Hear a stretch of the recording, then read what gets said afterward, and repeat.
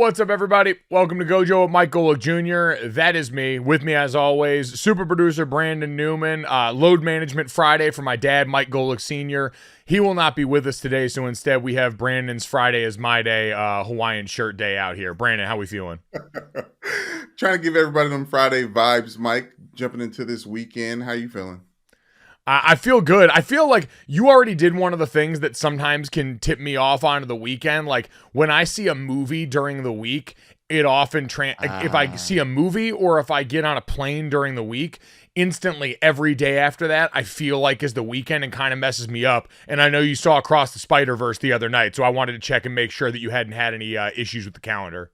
Mike, not only that, Monday was the day that I flew back to home from the subpar classic. So I am all messed up this entire week. It feels more like a summer than it ever has, where Friday could be on a Monday or a Tuesday or Wednesday. But I don't know. I'm feeling good because James Harden wants to get traded again. So it feels like it's like a nice resetter for reality. Yeah, there are a lot of things that we have to get to today. We've got a great show for you guys. As always, make sure you download, subscribe, rate, review. Leave us a 5-star rating. Check us out live, DraftKingsNetwork.com. Also, 10 to 11 a.m. Eastern, Monday through Friday. Michael Lombardi, host of the GM Shuffle podcast here at DraftKings, is going to be by to talk. Vegas Stats and Information Network put out their betting guide for the upcoming NFL season, which Michael Lombardi had a great hand in there. I also want to talk to him about some NBA stuff because if you follow Michael Lombardi on Twitter, you have seen this man has takes and he is ready to fire them off. And so with everything going on that we've got to get to right now, James Harden, it appears set to opt in and explore trade options with the 76ers. Kyrie Irving apparently setting a free agent meeting with the Phoenix Suns, which is wild and chaotic in so many ways, and a whole bunch of gambling suspensions in the NFL. We do have a lot of stuff to get to, but Brandon, how great was that Spider-Man movie? I have been preaching the gospel to whoever will listen that Spider-Man Across the Spider-Verse and really that entire arc of movies that will be beyond the Spider-Verse will be the next movie coming up. Into the Spider-Verse was the first one with Miles Morales as the Spider-Man main character in the movie.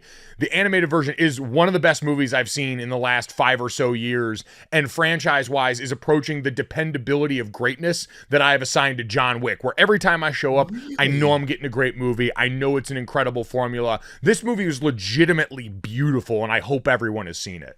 It was beautiful, Mike, but it's like seeing a Picasso if you don't know the style first. I feel like you have to understand the world that he lives in before you can understand why do I not need 3D glasses watching this film. It's like it's not animated, but it's not a cartoon, but it is animated. Honestly, Mike, the Spider-Man franchise is the most confusing franchise that any comic book series anyone's put out, more confusing than Harry Potter, down to the Sorcerer's Stone. Like, I watch Spider-Man movies and I walk out feeling like I just did mushrooms. So I don't know if it was that great for me, Mike. I was very, very confused. Like, I really liked the first Into the Spider-Verse. That made a little bit more sense to me. And I'm also, spoiler alert, to be continued hits you at the end of this film. And if you're not prepared for it to be continued, boy, is it unsettling.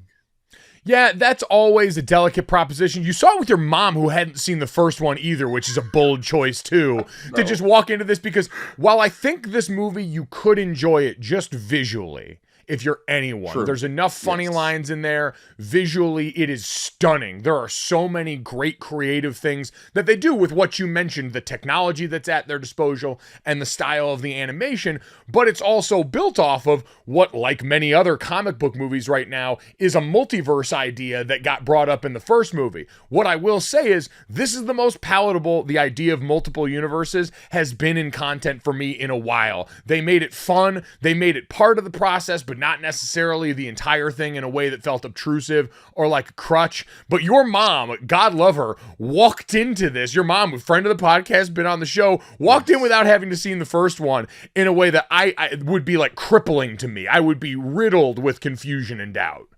Mike, I'm sure you've gone to the movies by yourself for a little bit now. And do you remember going to the movies with someone else and then kind of seeing it through their eyes and it affecting how you see the film? 100%. So that's what happened to me with this movie, Mike. I didn't even know my mom hadn't seen the first one until we left the movie theater. So I was kind of just thrown for a loop. I was like, wait a minute. Because she was the one who told me, she said she wants to see it. She was like, I'm going to go see Spider-Man. I was like, oh, Great. That's on my list too. I would have rather seen The Flash right now, but that's on my list as well. I was happy to see it with you. And then she had no idea why there was a black Spider-Man, and then why there was also a white girl Spider-Man that was not in that universe. And then Issa Rae was the Spider-Man. Like, yes, all of that stuff was really, really fun, Mike. But now I just can't stop thinking about the multi-dimensional versions of myself, producing podcasts on other worlds, Earth 3000. You know what? It is overwhelming to think about a little bit. So I'm going to walk away from it slowly, but I will say you're absolutely right. And it's why I do see a lot of movies alone. That and because I live alone and for all the other reasons. But when you have to see it with other people, I constantly find myself worried about, especially if it's a movie I suggested, is this person having a good time? Is this person enjoying it? Do they like the movie? Their response starts to affect mine. It's a whole thing. Regardless, I would say, just my personal recommendation, if you haven't seen the Spider-Verse movies, run. Don't walk. I think they're phenomenal, beautiful. Everyone will have a good time. Brandon, we will see if everyone can have a good time right now as we get ready for NBA free agency. So I would say the biggest domino right now is probably what happened with James Harden yesterday, right? We had the will he, won't he of James Harden and what he was going to do with the player option that he had for the 23-24 season. And we get the news yesterday, after about a month ago, thinking he was going to opt out, do free agency, all that. We get the story that Harden's exercised his $35.6 million option and is now going to work with the 76ers to find a trade partner, according to Adrian Wojnarowski at ESPN. Now, Brandon, you and I, among the many people I'm sure who on the surface might look at this and go, well, if he wants out, why would he opt in? It has to do with all of the financials, especially with the new structure that's coming into play in the new CBA, where James Harden opting into this and then being traded is going to afford the team that he ends up on more flexibility on the salary cap than if he were to opt out and sign as a free agent. So this is just clever accounting. Now that both sides, apparently Brandon couldn't come to an agreement on what an extension in Philadelphia would look like for James Harden. And it brings up the question now of certainly where's James Harden going to end up, but also what is Philadelphia going to recoup for this player alongside Joel Embiid? Yeah. Like, I think I end up opting back there, Brandon, because when I look at the situation with James Harden and there are potential trades out there that involve him potentially going to a team like the Los Angeles Clippers, it sounds like the Houston Rockets ship has sailed. Part of that reason why he's decided to opt in is because it sounds like the Rockets were going to go into a different direction. But Brandon, I tend to look at James Harden now as a player that I don't expect championship level basketball from, right? We are past the very best of James Harden. We are into a place now where between age, injury, all the things, we're starting to see him slow down a bit on that first step. And just in general, there's always seemed to be a half-life on his style of play once it gets to the postseason. I find myself worrying more about Philadelphia because Joel Embiid's 29 years old, just coming off his first MVP. Right. Like, he's been playing MVP caliber basketball for the last few years, but he finally got over that hump personally and is, by all accounts, a player that we believe, mentality-wise and ability-wise, maybe if not injury-wise, can lift a championship trophy for you. But what Philadelphia has consistently put around him has so far been swing and miss after swing and miss. The process era with Markelle Fultz and Ben Simmons that turned into fails, choosing Tobias Harris over Jimmy Butler ostensibly when that decision came up, and you had Jimmy Butler in Philadelphia, and now the failed one-year Harden experiment after the Brooklyn blow-up that all of a sudden leaves them wondering what's going to happen because, Brandon, like let's take the Clippers idea for an example in this. If they explore a trade with the Clippers, I'm sorry, Los Angeles is not giving up Paul George or Kawhi Leonard. Like, I don't think that's a realistic outcome on that team unless you're so dismayed by the idea of Kawhi Leonard and his availability that you would finally try and move off that. But I just don't see that as realistic right now. And so the return you're talking about getting does not look like high end what James Harden was going to give you even at this stage in his career. And so this to me becomes more precarious for Philadelphia, I think, than for James Harden wherever he's going to end up. And I think largely give us the same James Harden basketball experience we've gotten at every stop along the way right now. Yeah, I do feel like it's a bigger issue for the Sixers than it is for Harden because you have a big chess piece there with James Harden. And obviously, you're not going to get a playoff championship caliber player, but you can get a piece of a playoff team with James Harden, like a Fred VanVleet, Pascal Siakam, just because I can stay up there with the Raptors. But we're not going to see an East to East move for James Harden from the Philadelphia Sixers, unfortunately. And I think what you look for is a piece like an Aaron Gordon, another big body who can give you minutes and be an X factor on a playoff team, but also another floating piece like Kentavious Caldwell-Pope. Like obviously I'm thinking about the Denver Nuggets because they're the last championship team, but I think Embiid needs someone bigger to play with who is also skilled. It would be interesting. The other names floated in the Harden trade idea have been the New York Knicks, which, my God, after giving your team over to Jalen Brunson and seeing all of the success that it has netted you and how strong a part of the identity of that team that he's become, the thought of now throwing James Harden in that backcourt and really wrapping the whole team's identity around him, because that's kind of what happens when you bring James Harden over, does not seem incredibly appealing. But Brandon, this is just one. So we're going to have this looming specter out here. But we also, it wouldn't be an offseason if we weren't mulling the future of Kyrie Irving as well. Kyrie Irving, who is also now going to test free agency, and in a very different way. So we need to look at Brooklyn's big three from this year and how it might inform what happens going forward in the NBA. So Brandon, looking at Brooklyn's past big three, the one that just got broken up this year, one of the bigger modern failures of three huge superstars that came together for a purpose. I think it's perfectly illustrative of the all-time vibes offseason that we're getting ready to go on right now, because you had Kevin Durant, Kyrie Irving, and James Harden all leave Brooklyn for greener pastures. KD ends up at the Suns that get bounced earlier in the playoffs than we expected. Kyrie Irving ends up in Dallas alongside Luka, and that craters famously. And then James Harden and the 76ers suffer a similar fate that the Suns did and lose earlier in the playoffs than expected, a little banged up in the process. And it's interesting thinking about their futures now. Like, of the three that we've got here, who, with the exception of James Harden, you've got Kevin Durant and Kyrie Irving, already NBA champions, already guys that have hoisted hardware in historic fashion. And you wonder if any of them are really set to lift that again, right?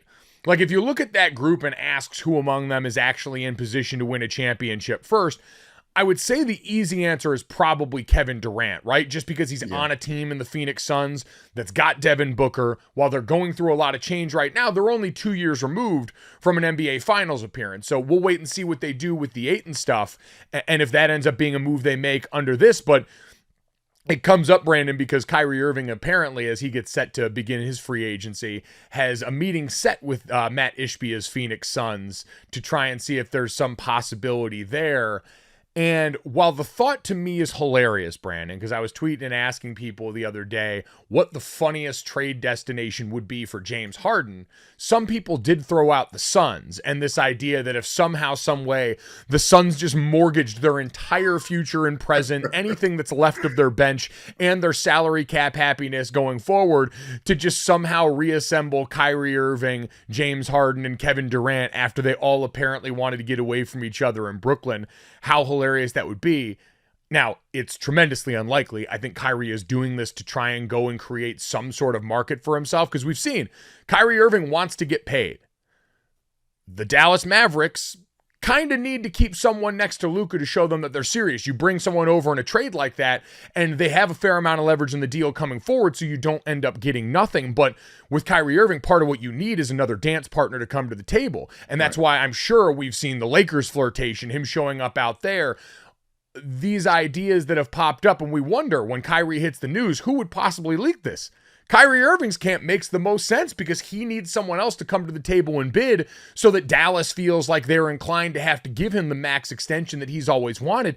And it doesn't seem like it's working out like that, Brandon. Like, if I had to lay it down right now, I think Kyrie's a Mav, and I think Kyrie could end up being a Mav for a bit less than the max, just because it does not seem there's an easy fit for Kyrie out there in the market right now that's willing to swing for the kind of dollars that he wants.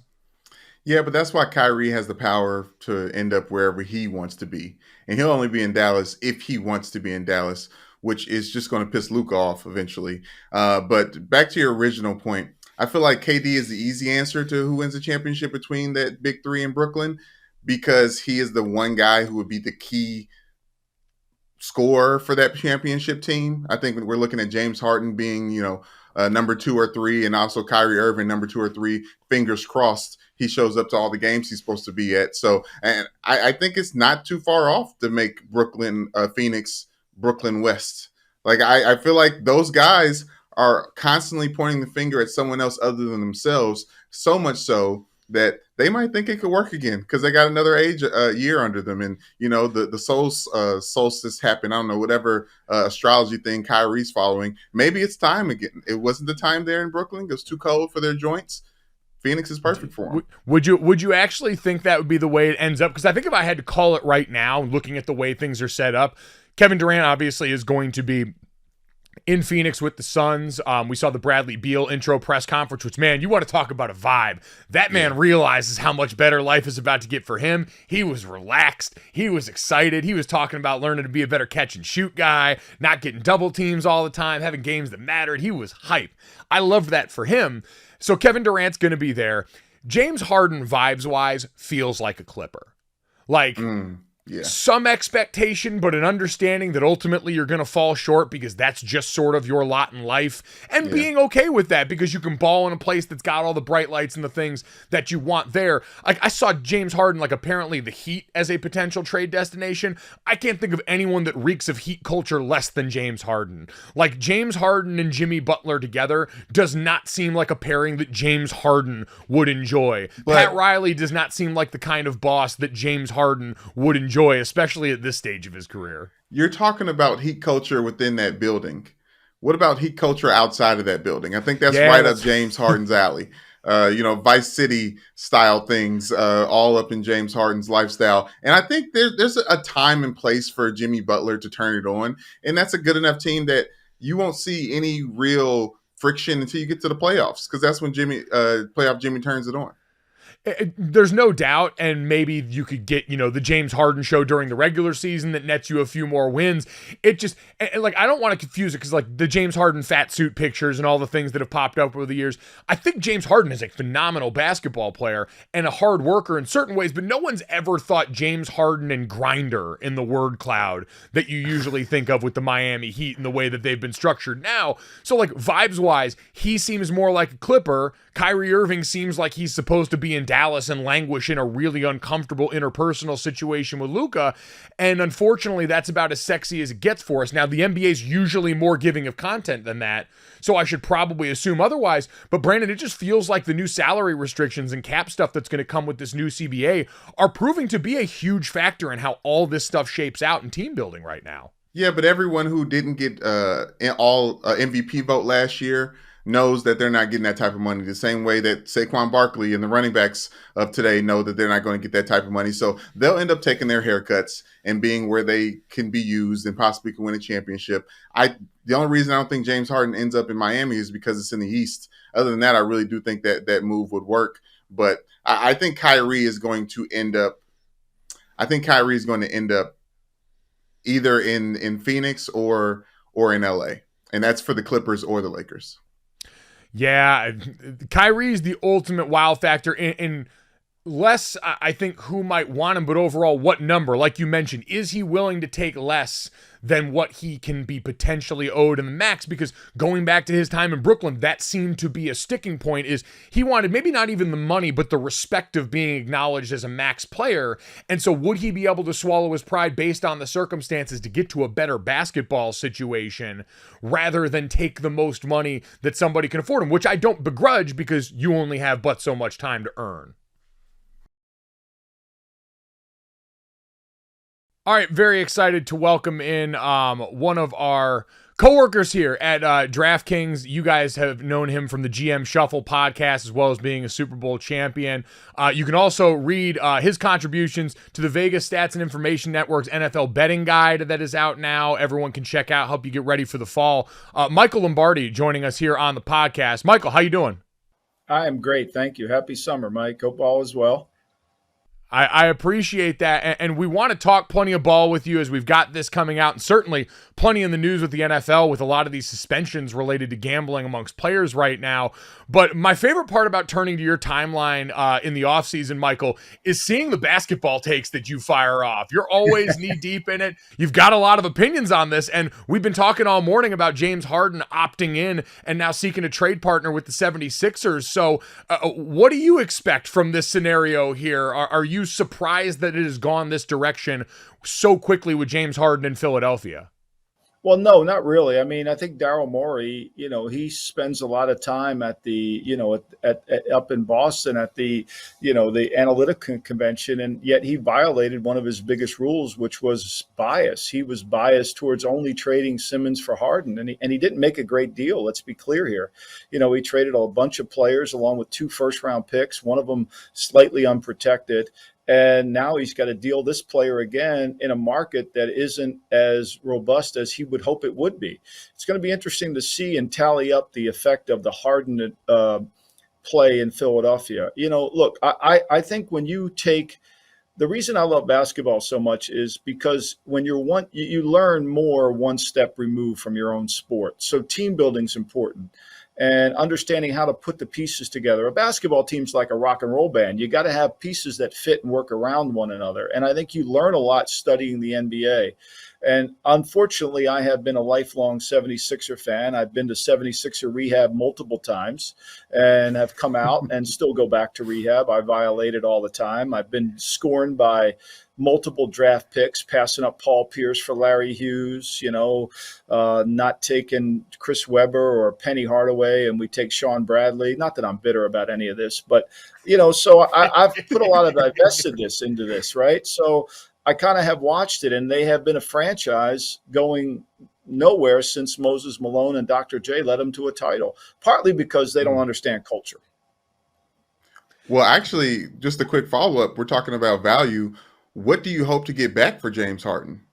That's a great question. I think Morey's going to have to really work some magic to do that. Now, let's be clear here. I think partly the reason Harden didn't get – I think somebody in the 76ers organization said we're not paying Harden, because I think clearly Morey has a love affair for Harden, and yet you can't justify it. Like, you can't sit there and watch 76er games and say I'm going to give this guy a 4-year max contract, because in 2 years you're going to be eating a bad contract. If you can see the future, why would you go down that road? So for me, I think this is the best case scenario for Philadelphia, because if he opted out, they would have no ability to get anything back. But he couldn't opt out because he knows there's no market for him at $35 million. I mean, that's the reason he opted back in, is to protect himself. And so it just tells you that water seeks its level, that the value of these players is coming down because of the new CBA and the effects of almost a hard cap in the NBA. And I think the owners are saying, look, wait a minute. I don't want to go over the luxury tax and guarantee these contracts for future years when it really hinders me and it puts me in a horrible position. So that's a great question. I don't know what they're going to get back. I think it's going to be a lot less than most people expect. And then when you tally up what they got for Simmons, once you figure out this Harden trade, they're going to realize they made a lot of mistakes. It's going to be fascinating to watch. And I think, Michael, you can appreciate as a 76ers fan, this all feels a lot more urgent because Joel Embiid, while he's 29 coming off his first MVP, with all the injuries in his past, it does feel like the clock is constantly ticking. And I don't know, maybe once you let Jimmy Butler leave town, you waved goodbye to the best possible running mate that you were going to have for him in this era. Well, one of the hardest things to do in any sport, Mike, is to evaluate your own team, and they misevaluated it. I mean, they went from having they made a great trade when they traded for Jimmy Butler. They traded Saric and Robert Covington, and the town of Philly went berserk because Covington was allegedly an all NBA defender, which he really wasn't, but he made the team. And Saric was like a sixth man who was a good player, not a great player. They made a great trade, but then they made a horrible decision. They traded for Tobias Harris, which really was the problem because they gave up that first round pick that they got when they traded Mikal Bridges, right? So Mikal Bridges was a 76er for all of 15 minutes until somebody in their front office, one of their owners, said, Zaire Smith is just as good as Mikal Bridges, and we'll get a first round pick for him. We should make that trade. Dumb, right? And so they do that. But you could really almost have a 30 for 30 documentary on the real 76er issues going back to Sam Hinkie, the start of the process, and then every bad decision they've made along the way. And then it leads you to Embiid, which I have a lot of conflict with Embiid, not because I don't think he's a great player, but because I think he doesn't maximize his true ability and his true potential because he's not in elite shape. He's not going to carry the team like Jokic can carry his team. So there's a false narrative out there. Everybody says he's the best player in the league, but yet Denver wouldn't trade Jokic for him. So I think there's a little bit of that. And you're right, the window's closing on Daryl Morey, and he's going to have to figure out how he's going to get out of the checkmate that he put himself into. To balance right now in the NBA. We're just getting into that free agent period, so we'll have plenty more of that you can hear about on the GM Shuffle, along with all the great NFL information. And Michael, you mentioned value. I feel like we've seen the most vocal contingency of running backs publicly talking about their diminished value that we've had in quite some time. Why do you think we've heard more from these guys than we have in the past? Is there any real going back from where we've seen the running back market find itself now? Well, Mike, I think there's a little bit of a false narrative on this conversation, right? So this year there's 10 running backs making $10 million or more in the league. Last year there were 3. The year before that there were 3. So this is the most $10 million players that have ever happened in the league. And it's not everybody wants to blame the owners. It's not the owners. It's the running backs have a hard time getting a second contract. They have a hard time, at 27, 28, then rekindling their ability and then coming back and hitting it again like quarterbacks do, which drives up their franchise number. So I do think they're undervalued. I think like Austin Eckler, for Keenan Allen to make more than Austin Eckler, to me is wrong. Keenan Allen averages 10 yards a catch. He's a really good player. But Austin Eckler is, almost he's averaged over 9 yards a catch. Last year he was below that. He runs the ball. He's a dynamic player in the red zone. I don't think you can pay a running back who's just a runner, right? He has to have an impact in the passing game. And like Saquon Barkley averaged under 7 yards a catch last year. That's not going to be good enough. Because if you're only on the field to run the ball, all running does in the NFL is allow you to kick field goals. You've got to make explosive plays. You've got to make chunk plays. And that happens in the passing game. And so there's a little bit of this cross section, right? So Nick Chubb's an incredible player. He's making $12 million a year. Alvin Kamara averages almost over 9 yards a catch. He makes $11 million a year. So there's really not been that, okay, I would rather pay a back than I would rather pay Dalvin Cook $9 million than pay Hopkins 14 or 15 because Dalvin Cook's going to do more for my team. That's just my opinion. I don't know what other people would do, but Hopkins is a controlled possession receiver who can convert third downs, whereas Dalvin Cook can convert third downs and make explosive plays. No, it's exactly right. And I know those two have kind of tried to position this as maybe they'd be paired together. Dalvin Cook tried to speak that into existence, but you're right in that the versatility, I think, as much as anything for a weapon on offense and the different ways that you can stuff the stat sheet and create options, look no further than everything that goes on inside Kyle Shanahan's offense with all of those incredibly versatile pieces that are able to affect the game in a bunch of different ways. So do you see... because you're right in the way it currently is utilized right now, but we've seen in the last couple years between what Philadelphia has done, New York and their rushing attack and the emphasis there, Dallas for years prior, the 49ers. Are we kind of seeing an inflection point where as the league spread out and got smaller as a passing league for so long that it might accordion a little bit and put more of an emphasis on what your running back can do trying to beat teams up inside? Go back to a basketball correlation. I was sitting behind the Chicago Bulls bench with Bill Belichick. I wrote about this in Gridiron Genius, and it was an incredible learning experience for me because we're sitting behind the bench, and Phil Jackson's the coach, and Lenny Wilkens is the coach of the Cavaliers. And so when Lenny Wilkens would substitute, Jackson would do that great whistle that he had. I couldn't do it, but he would put 2 fingers in his mouth and whistle. And he would move Pippen from the 3 to the 4 and Jordan from the 2 to the 3 and kind of move players around. And then all of a sudden, Lenny would have to resubstitute. So what does that teach me at that moment? It taught me that when you have versatile players that can change, that can play multiple positions. You end up substituting without substituting. That's the key to winning in sports. Substitute without substituting, because the NFL is no longer first, second, or third down. It's all about what is the personnel grouping on the field. So this nonsense about, well, he can play on first down. First down's pass too, right? Like a linebacker, I don't judge a linebacker. Can he play on first, second, or third down? I judge a linebacker by what formations does he have to come off the field? Does he stay on when they're in 11 personnel? Does he stay on when they're in 12? Does he have to come off the field in 13? What happens? Like, what personnel groups can I dictate to get him off the field? You can't. Now, Parsons, you can't get off the field no matter what personnel groups you put out there. That's an elite player. So when you can substitute without substitute, San Francisco, McCaffrey's a running back. Oh, no, he's in the slot. Okay, how do we handle that? When the Patriots had Gronk and Hernandez, they were a 12 team in theory, but they easily could have been an 11 team. They could have been a 10 team. They could have been a 21 team. And they didn't have to substitute. So the defense coordinator's over looking at his play sheet saying, wait a minute. Where is Hernandez? Where is Gronk? Okay, who's the back?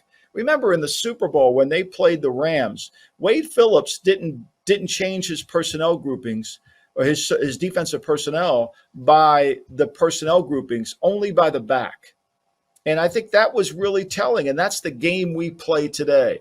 And so when you have multidimensional players like the Chicago Bulls have, where they can move around, the other coach becomes playing one step behind. Well, we obviously know styles make fights. And you wrote about the importance of coaching in the Gambling Guide. But you also have the Bengals over the Chiefs coming out of the AFC Championship. How does that make sense when it comes to Andy Reid and Zach Taylor? Yeah, you're a great point. Yeah, you're calling me out on my shit, aren't you? Yeah, there you go. Look, I think when I put those, when I was trying to think differently when you put those things in, because look, what does history teach us about playoff teams? That usually 50% of the playoff teams that went one year don't come back the next year. So I like the Bengals team. What worries me about the Bengals is they're going to go through a little bit of a change defensively. They lost some key players defensively. I think Lou Anarumo is a great coach. I think he holds it together really well. He doesn't get enough credit for it. You know, he didn't get the Arizona job, was the only interview he had. But I think he's really a good coach. And I think Burrow's kind of great. And I think they play one personnel grouping a lot, but yet they are multidimensional. The Chiefs, to me, I think it's hard to repeat in the NFL. I think it's hard to constantly do that. So I think Cincinnati's prime. I mean, they were close last year to winning the damn thing. I mean, they had the. I mean, if just think about this, if they call false start on the Rams in that playoff game, the Bengals might have been the world champs that year. You know, now with Cooper Kupp got a pass interference called against them, but that play should have never gotten off. There was a false start by the left tackle on that play. So I don't know. I like the Bengals, but what worries me, the Bengals have started the last 2 years 5-4. And then the second half of the season, they have really generated and have become a great team. Can they do that again? We'll see.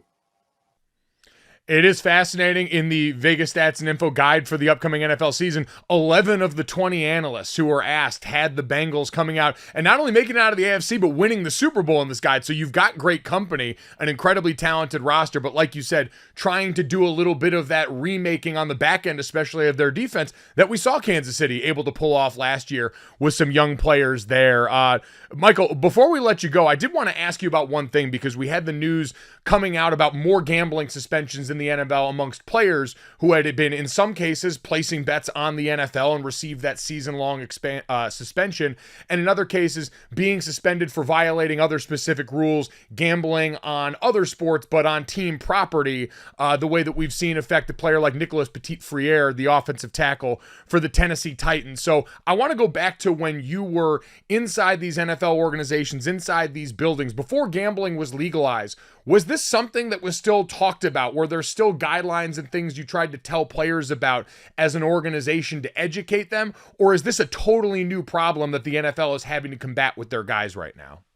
I think it's more of a new problem, Mike, because technology has made it a new problem. When I was in the league in 1984, I started in 84, and, you know, we didn't have iPhones. We didn't have satellite radios. We didn't have any of that stuff. So we didn't have that instantaneous communication. Guys went to meetings, they paid attention, where they fell asleep still, but they it was a different world. Today, it's more of a challenge. And I think, you can go out on any street and watch people looking at their phones as they're walking down the street.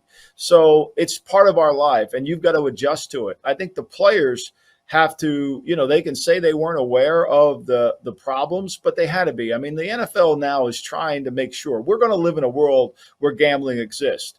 And we're going to have to make sure that there's integrity within our game, because that's really important. So I think you have to really spend a lot of time educating the players. Look, if you want to do this, you can't have it on your phone. You can't do it at the facility. You're not going to bet on our team. I mean, Rodgers bet on his own team, on the over-under on the running back prop. I mean, that's not a good look for the league. And I think the league is smart to take action on it. Remember, the owners are getting so much crap about, it's a double standard. They take in this gambling money and yet they're suspending the players. No, the players benefit from the gambling money too. Let's not kid ourselves. Mm-hmm. Everything gets into a pool and the revenue streams get shared. It isn't the owners are grabbing all the money at the table. Now they're not, look, nobody's crying poor for them. I understand that. But this is all revenue generated to make the players' salaries continue to rise at this high level and the television networks to continue to pay at a high level. So the commissioner's right to take action. I think you could argue about how long he suspends people for, but I think it's an awareness issue and you have to constantly do it. If I were still in the league, at the door to enter the facility would be a giant sign and saying, don't have betting apps on your phone. So they see it every day. I completely agree. And to your point about the length of the suspensions, this feels like when the NFL's got a new penalty they're trying to emphasize in preseason, and we see flags everywhere early on in this, and it's an eyesore, and it slows down the games, and everyone complains, but it sends a pretty clear message that this is what we're going after, and this is what we're not going to tolerate. And 11 suspensions now later, it seems like the NFL has made that abundantly clear. Michael, we appreciate all the time today. Everyone, make sure you check out the GM Shuffle. Follow him on Twitter at @MLombardi NFL, and check out the Vegas Stats and Info Network's NFL betting guide for the upcoming season, where you can read Michael as well. Appreciate the time. We'll talk to you soon. Anytime, guys. Thanks for having me. I appreciate it. And Brandon, I think he's spot on there with the gambling. And he mentioned Isaiah Rodgers. I still need to know, because Isaiah Rodgers, the cornerback and kick returner for the Colts, who has now been released along with the other player on the team who was caught gambling and suspended for the season. Yeah, he was. The bet was on the over-under on a running back's rushing total on their team. I need to know whether it was the over or the under, because that does change the way that I think about this a little bit. Like, if he's betting on the over, you don't care. If he's betting on the over, Brandon, he at least has confidence in his boy. That matters to me. Mike, the fact that the bet hit is the problem. It was a $1,000 bet on the over under and it hit. So over or under is not important as much as the fact that an actual player on the team won money from privileged information. Well, that's the actual problem. You're right. And that's the whole crux of this. It's why we can be the most pro player podcast on earth. And Lord knows I like to think we are one of the more pro player podcasts. I want to see all these guys succeed. I will always argue on behalf of the players, but this is a situation where it seems pretty cut and dry and understandable that yes, you've got more information than anybody here. And for everyone watching, even if you weren't watching with gambling in your mind, even if you're not a fan that's taking part in gambling, if you're someone who just watches as a fan and wants to believe, we hear integrity of the game thrown around all the time in a way that's disingenuous, but here it actually matters. And so the step from, oh, well, you've got privileged information to, well, someone's able to affect that privileged information, while more difficult in football than almost every other sport, is a road you just don't want to go down at all. So yes, that is the problem, but I still kind of want to know if he believed in his guy or not. If you're placing a bet on belief in your brother, I am willing maybe a little bit more to look the other way than if all of a sudden you're the guy at the craps table betting the do not pass line and thwarting everybody's fun. To me, there's a big difference in that, just from a team standpoint. All right, Brandon, time to land the plane like we always do, which, by the way, I know we had that conversation yesterday about the male audacity to believe that you could land a commercial plane with only air traffic control in your ears. Alyssa Lang, one of our friends over at the SEC Network, had posed that question to a bunch of guys and got an overwhelming amount of yeses, including from your boy, because I won't apologize for being built different. But it did bring up to me, Brandon, this idea of the things, especially men, we're like blessed with this dumb, irrational, completely unearned confidence in areas we have no experience with. It's why I think so many men gravitate towards golf, because none of us are putting the work in necessary to actually earn the right to feel good about it. And yet we expect to, because we buy enough gear or watching enough on TV or whatever it is. Right. And it got me to thinking of the thing that you've been most irrationally confident about in your life, at Gojo Show on Twitter, because I remembered this yesterday, Brandon, when I was doing the 4 to 6 a.m. morning show with Robin Lundberg at ESPN, first and last, for anyone who was a truck driver or a football coach back then. I once did an hour-long caller segment, and I believed to my core, Brandon, that if you put me in front of a full-grown deer and it said one of you is leaving, one of you is dying, that it wasn't going to be me doing the dying, that I had a perfect game plan, a perfect fight plan to walk in and make sure I was taking down a deer. I don't know if you've got anything comparable to that you've been confident about, but I promise I argued tooth and nail with caller after caller that I would be able to beat that deer. Okay, Mike, we talking about a buck or a fawn?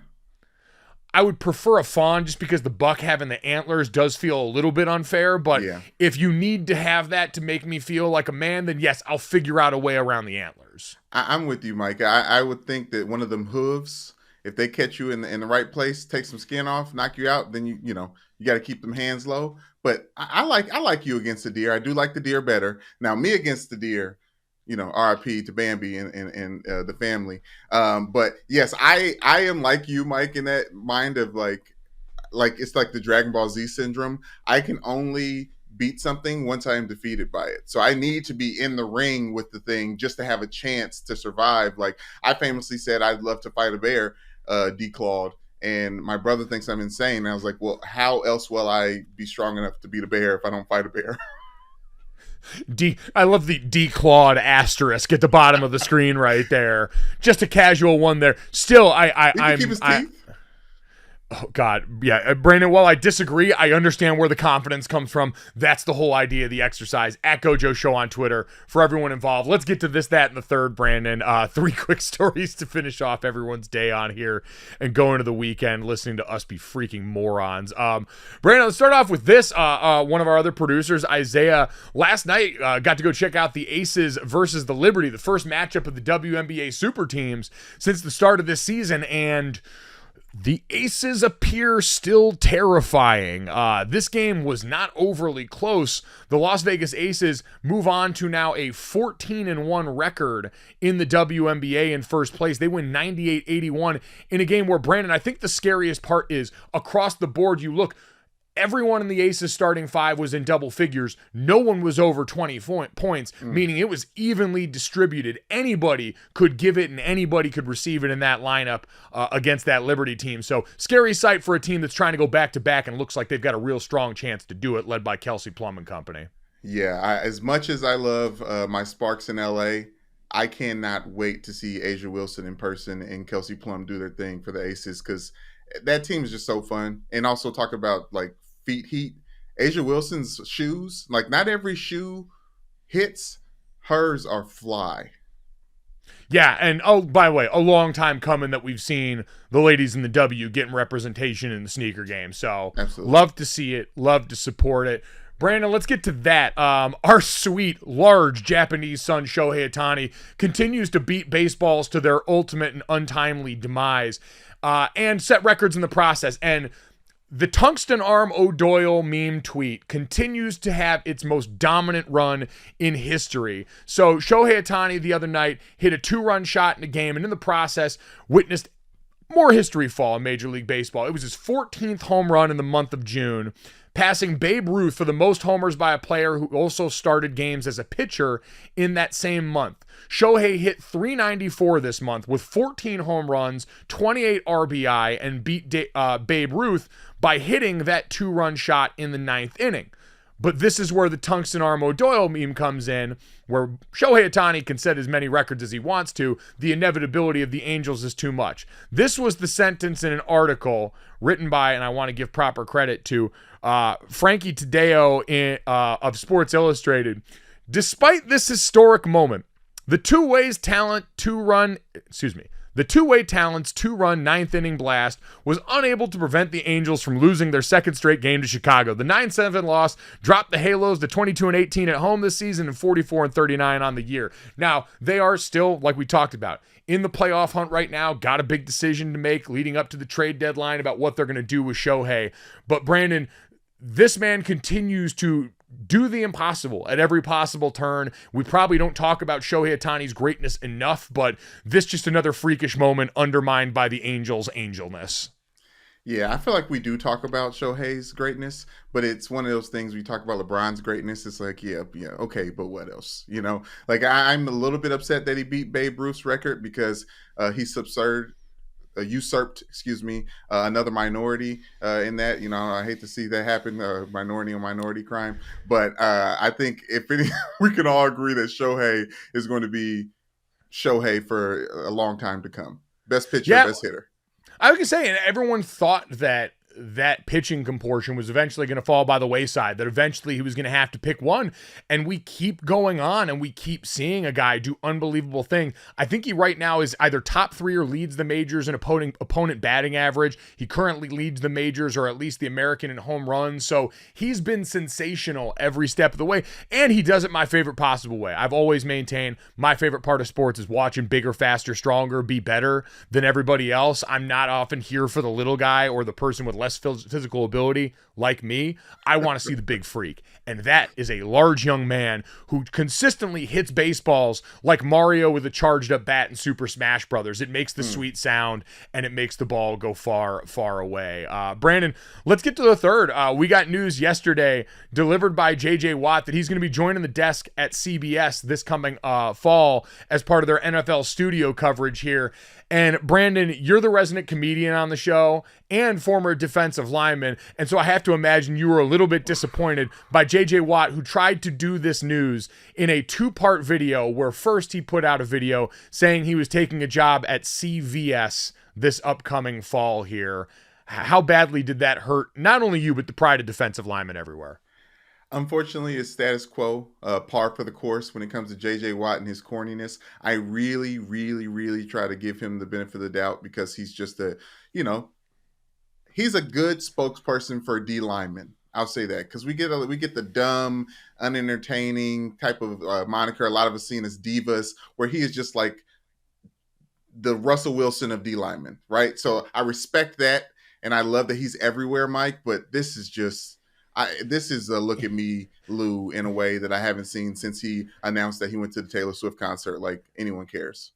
Well, you know what? I was going to say JJ Watt post-retirement really actually has been, I think, a better version of himself. I would even go all the way back to the match from last year where he was a part of the coverage with Charles Barkley. I thought the two of them really did well together. By the way, shout out to Patrick Mahomes and Travis Kelce for holding it down for the football side and winning the match against the Splash Brothers yesterday there. Steph Curry had to be beside himself. Clearly, he is the best golfer of that group. Steph's an incredible golfer, really involved in the sport. And watch Klay Thompson just refuse to show up. Draymond was chirping him there. Him and Von Miller were down there doing the sideline stuff from the golf cart there. But football getting a lot of bragging rights over the basketball crowd. So congratulations to them. Congratulations to JJ Watt. And our deepest apology. This is a bump in the road, what I believe is on a path to the best JJ Watt that we have seen. If you thought this was the best podcast you had seen or heard, make sure you download, subscribe, rate, review, leave us a 5-star rating. Check us out on the DraftKings YouTube channel as well. Thanks so much. Have a great weekend. We'll talk to you Monday. Go. Boom. Money in the bank.